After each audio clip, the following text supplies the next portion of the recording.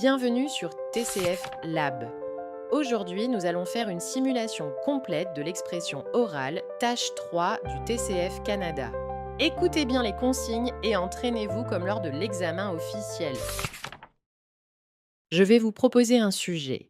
Vous allez vous exprimer sur ce sujet de façon argumentée, en utilisant des exemples, en justifiant vos idées, en essayant de me convaincre pendant 4 minutes 30 secondes. Voici le sujet. Voyager à l'étranger a-t-il le pouvoir de transformer notre personnalité? Qu'en pensez-vous?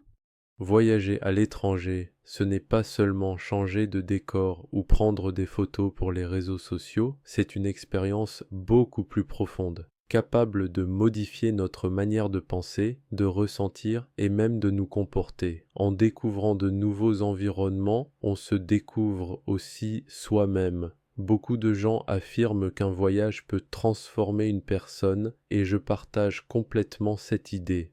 À mon avis, oui. Voyager à l'étranger peut vraiment influencer notre personnalité, mais cette transformation dépend surtout de la manière dont on vit le voyage et de l'ouverture d'esprit qu'on y met. Tout d'abord, le voyage nous pousse à sortir de notre zone de confort et à développer notre autonomie. Lorsqu'on quitte son pays, on perd ses repères, la langue, la monnaie, les habitudes, les codes sociaux. On doit apprendre à se débrouiller, à improviser, à s'adapter à des situations imprévues. Ces expériences, parfois déstabilisantes, nous rendent plus indépendants et plus confiants. Par exemple, une personne qui voyage seule apprend vite à planifier, à demander de l'aide ou à gérer des imprévus comme un retard de train ou une réservation annulée. Chaque petit défi surmonté devient une victoire personnelle. En affrontant ces situations, on renforce son caractère, on apprend à relativiser et à garder son calme. Voyager, c'est donc aussi apprendre la patience et la résilience, des qualités essentielles dans la vie quotidienne. Ensuite, les voyages nous ouvrent à la diversité culturelle et nous rendent plus tolérants.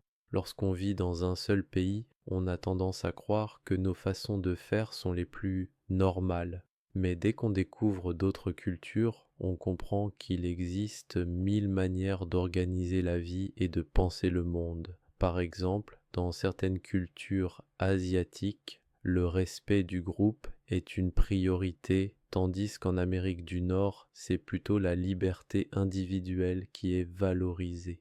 En observant ces différences, on apprend à juger moins vite, à écouter davantage et à comprendre avant de critiquer. Cette ouverture d'esprit nous rend plus empathiques et plus curieux. C'est aussi une école d'humilité. On réalise que notre point de vue n'est qu'un parmi d'autres. Finalement, voyager, c'est apprendre à se décentrer pour mieux comprendre les autres.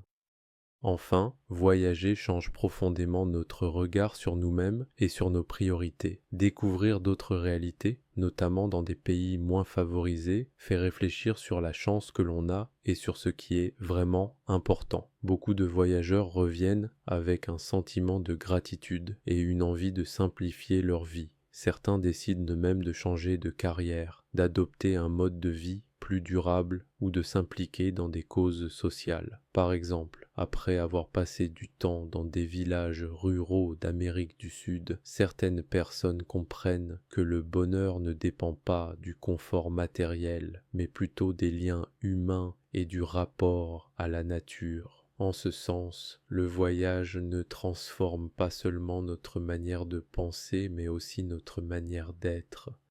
En conclusion, je dirais que voyager à l'étranger a bel et bien le pouvoir de transformer notre personnalité, à condition de voyager avec curiosité et ouverture. Ce n'est pas la distance parcourue ni le nombre de pays visités qui compte, mais la profondeur des expériences vécues. Chaque rencontre, chaque découverte nous fait grandir, souvent sans qu'on s'en rende compte. Voyager, c'est à la fois découvrir le monde et se redécouvrir soi-même. Et peut-être que la plus belle destination, au fond, c'est celle qu'on atteint à l'intérieur de soi.